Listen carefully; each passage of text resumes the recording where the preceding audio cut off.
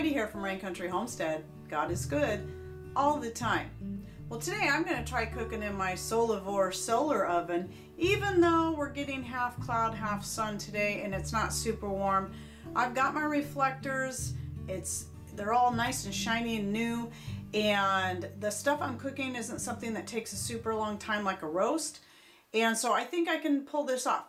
So let me show you what I got going on. All right, in this pan right here, I just have a bunch of vegetables that I just gathered a bunch of stuff I had in the refrigerator.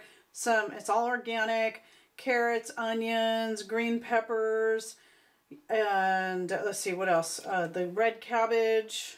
I think that's about it. And then I threw in the sliced dehydrated garlic. I'm going to sprinkle a little seasoned salt, my homemade seasoned salt. You can find a video to that right up here and or in the end cards. And I'm going to put in a little bit of this spice that I got from a friend that mailed it to me, one of my subscribers. Sprinkle a little bit of that on there. And I have some melted grass-fed butter. I'm going to just pour a little bit of that over there. And then I am going to go ahead and put in a little bit of vinegar, of my homemade vinegar. See this one? This is a pineapple. We'll try this. Alright, put the lid, look how pretty it looks with all those colors. Put the lid on that and set that aside. And then in here I have some steelhead that I took out of the freezer, and I just sliced it into steaks so it fit better in the pan rather than laying it out. And then I'm going to take the rest of my melted butter and just pour that right over there like that. And I'm going to use some coconut aminos on these. And you can find a link to these below. And I did talk about them in another video, and I'll try to post that right up here. And let's see, we'll go ahead and put some of this spicy stuff on this too. Now, one thing when you're cooking in a solar oven is you don't want to have a whole lot of moisture in your pan. You know, when you cook a roast in the oven or maybe on the wood stove, you're going to put some water in there. But when you're cooking in a solar oven, to get it to, it's going to cook a lot faster if you have less liquid in there, and a lot better. And it's going to make more of its own liquid anyway, so there's no need to add any at all. So when I'm cooking a chicken or a roast or anything, I never add water to it when I'm doing it in a solar oven. Only when I'm cooking it on the wood stove. So I gotta get the lid on this. Okay, now we're gonna take them out and put them in my solar oven. That should be at a fairly decent temperature by now. Actually, my solar oven is still just heating up because I really did just set it out here, and the sun's been kind of coming and going. But I'm going to go ahead and lift this off here and put the pans in anyway. I don't want to wait because it'll be fine. It doesn't have to be preheated. I've been doing this, like I said, I believe this is my 6th year. This is just my brand new Solarvore solar oven. And so this is going to be the maiden voyage on this one. My other one is still great. The only difference in that is a little marred up and the reflectors aren't as shiny, but it still works great.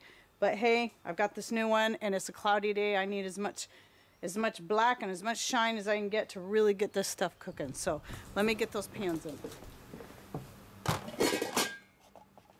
Okay, and so I'm just going to leave this here in the full sun. And if you live in a hotter, more sunny climate, you could probably get away, especially with what I'm baking in here, without having the reflectors on there at all. But I will definitely need them because we're getting the back and forth from cloud to sun. And it's sunny at the moment. That should get up to about at least 200, 250 degrees on a day like today. And I've got many hours before dinner, so plenty of time for that to cook. And I will be back when this is all done. And don't forget, you can find the link to the Solarvore solar oven in the description box below. It'll be the first link you see. So I left the food in the solar oven for only 3 hours. And for such a cloudy day, I should have left it in longer. However, I decided I want to have an earlier dinner, so I'm just being upfront with you. The fish got done no problem. We had 90% clouds, so the sun would come out for just a few minutes, enough to heat the solar oven through real good, and the clouds would move over, but the solar oven stayed warm enough to cook the fish in that time. So I'll show that to you. It's all steamy. Look at that. Looks real good. So the steel head is definitely done. Now, since it's cold enough that we had a fire going, I went ahead and took my vegetables, and if it wasn't for the carrots, and if it wasn't for the fact that I wanted to have an early dinner, I could have left this in the solar oven. These would all been done. It's just the carrots were a problem. So what I did is I put these on the wood stove since we had the fire going, and they just look really good and they smell wonderful. But if this had been a sunnier day, this would not have been an issue. So what that tells you is that if you're just cooking something like fish that cooks really fast, the Solarvore solar oven is not going to have any problem cooking it even on a cloudy day. Now, if you have some home canned goods like some soups and chili and canned vegetables, no problem heating that stuff through. Or let's say you have leftover casserole, you just pop it in there, give it an hour to 2 hours depending on how cloudy the day is. It will not have a problem heating it through. I did that many times with casseroles, enchiladas, and things like that on days like today, and I just needed them heated through in the solar oven, and it worked great. So there you have it. There's my first day of 2017 cooking in my solar oven, and check it out. You can find the link to that again in the description box below. I know I love mine.